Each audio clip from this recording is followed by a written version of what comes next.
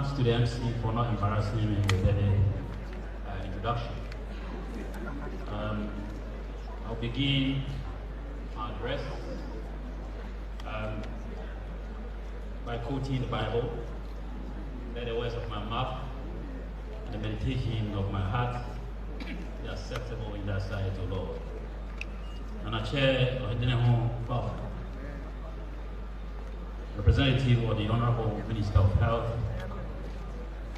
representative of the Director General of WAHO, eminent academics, Director of TAND, technical and financial partners, members of GAPTRA, esteemed citizens of Ghana, members of the press. I am extremely delighted and humbled to be given the opportunity to deliver this thematic address on the occasion of the 20th anniversary of African Traditional Medicine and the 23rd Traditional Medicine Week celebrations. Let me therefore begin by extending to you all hearty congratulations and the gratitude of the millions of traditional medicine practitioners across the length and breadth of this country and beyond for the huge efforts made so far to promote this most ancient of healthcare systems in this country. Deputy Honorable Minister of Health, distinguished participants, and our chairman, esteemed compatriots, the last time I took part in these celebrations was in 2009 in Accra, when I represented the then Director General of the West African Health Organization. Things were very different then. Ghana's traditional medicine practice was still in its nascent stage of development.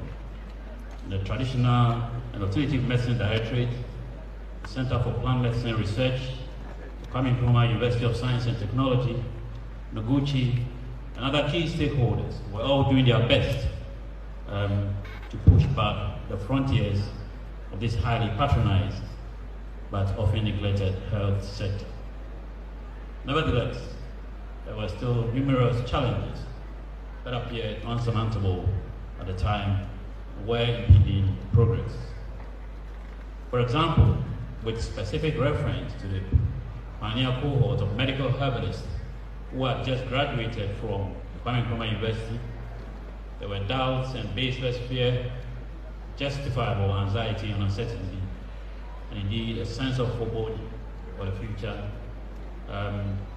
This was conspicuously evident. Interestingly, when even authorities of the Ministry of Health at the time were unsure as to where to place these well-trained and exceptionally skilled young men and women within the health pyramid, resulting in some of them leaving the shores of Ghana in search of greener pastures or to pursue postgraduate studies or even change career paths.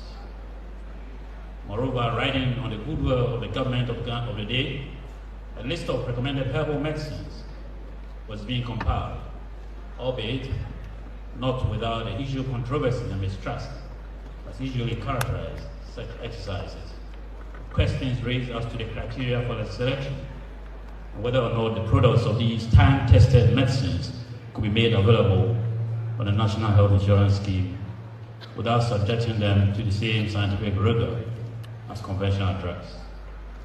Looking back over these 13 years or thereabouts, it is exciting and gratifying to see how Ghana's traditional medicine landscape has changed, with the sector witnessing the most remarkable transformation unsurpassed by any period in our contemporary history.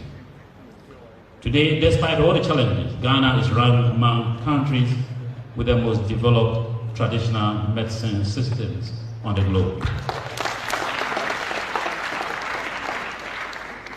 Deputy Honorable Minister of Health, Nana Chair, esteemed compatriots, while observing the 20th anniversary African Traditional Medicine Day, I wish to commend all the key stakeholders of the sector for the immense achievements Ghana has chalked over the years in the face of huge challenges, making us the envy of countries on this continent.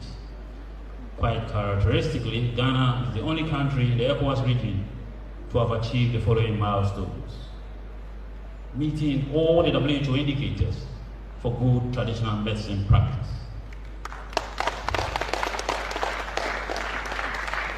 having a traditional medicine practice council and a traditional and alternative medicine directorate as part of the agencies and directories of the Ministry of Health.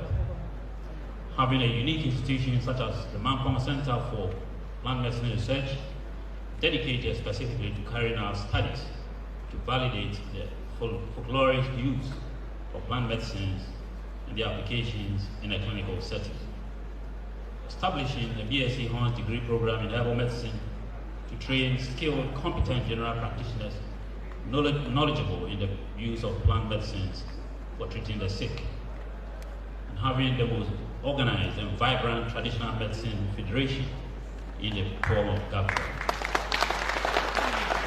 Finally, establishing traditional medicine units in state-run hospitals.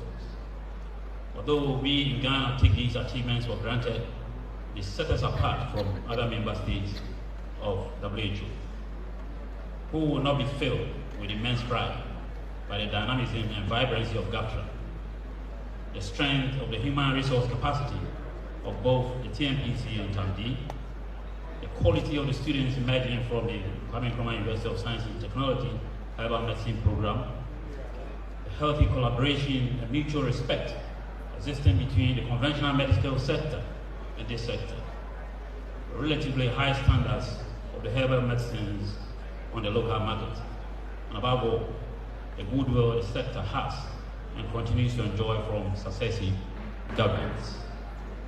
So as we commemorate African Traditional Medicine Week, culminating in the celebration of African Traditional Medicine Day, albeit delayed, it is proper that we give thanks to the Father of Creation, pat our shoulders, and congratulate ourselves, and also pay tribute to those whose sacrifices and hard work have brought us this far.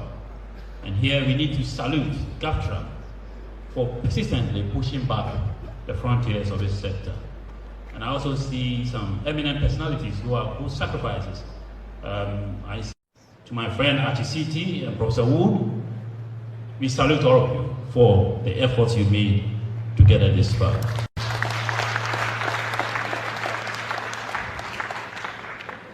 And Chairman, Honorable Minister of Health, esteemed compatriots, given these laudable achievements, the theme for this year's African Traditional Medicine Day, 2 decades of African Traditional Medicine, the progress to reflect on the progress made so far and to identify our perspectives for the future. Indeed, the global health community clearly recognizes that universal health coverage is right, it is smart, and is overdue.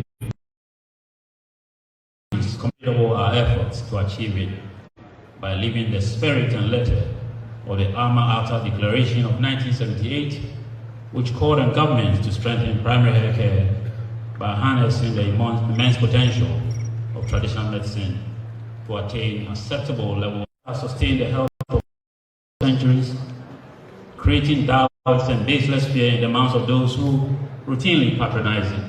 This is it.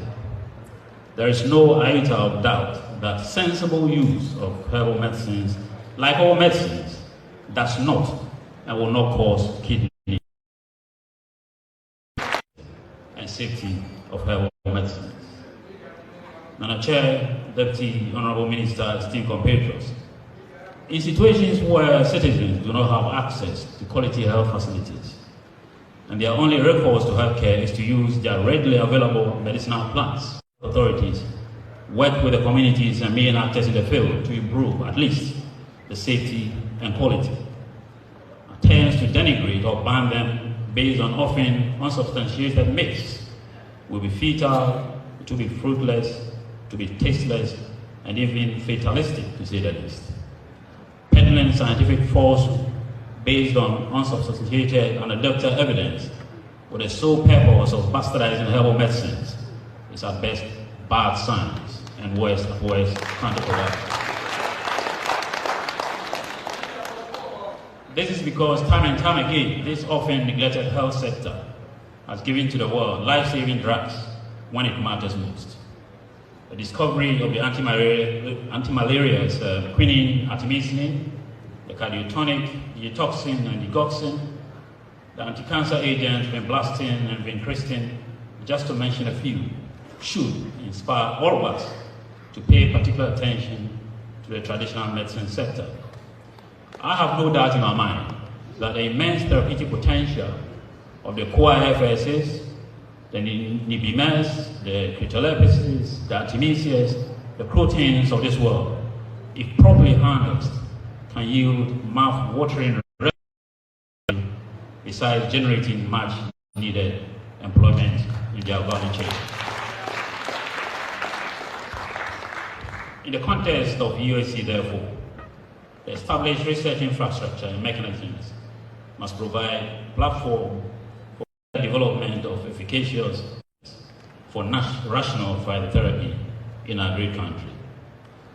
Additionally, we must endeavor to scale up comprehensive procedures for evaluating ethnomedical claims and regularly assess and certify the competence of traditional medicine for millions of people on this continent and in most developing nations around the world. We can cite Iran and Cuba as shining examples of countries which, despite being under decades of sanctions, have been able to develop world-class health systems by records dedicated the 31st of August of every year for countries to renew their commitment to promoting the sector. Over the years, countries have used this event to promote collaboration between practitioners of traditional medicine and conventional medicine, generate discussion, basking in the glory of our successes. We must also aim at doing even more to inspire confidence in our hearts, for it to be fully accepted and integrated in our health system for the benefit of all our citizens. Benefits and will not cause kidney or liver problems if prescribed and used sensibly.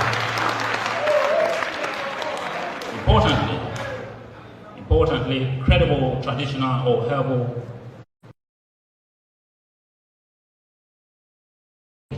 the father of medicine centuries ago, which is, above all, do no harm.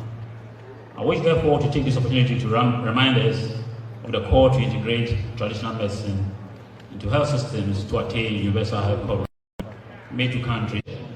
The anti-malaria artemisinin, extracted from the Chinese plant Artemisia annua, was discovered and subsequently won the Nobel Prize in Medicine and Physiology in 2015.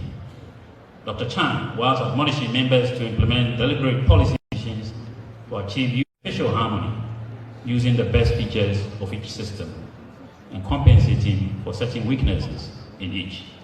This is not something that will happen all by itself.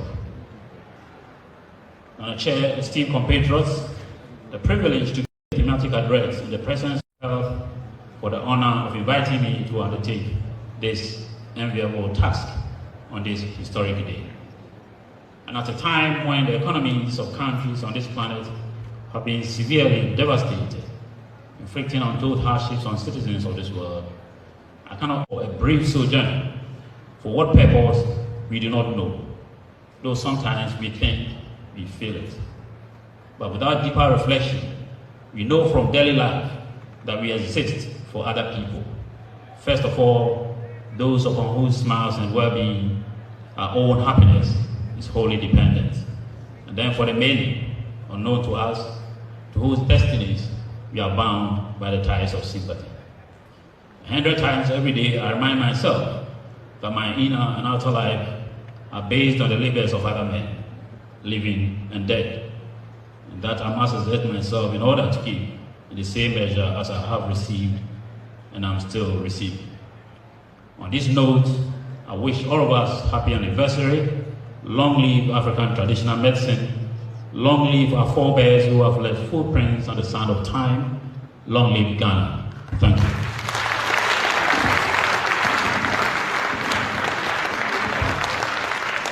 All right, thank you so much, Dr. Kofi Busia. Let's still do another one.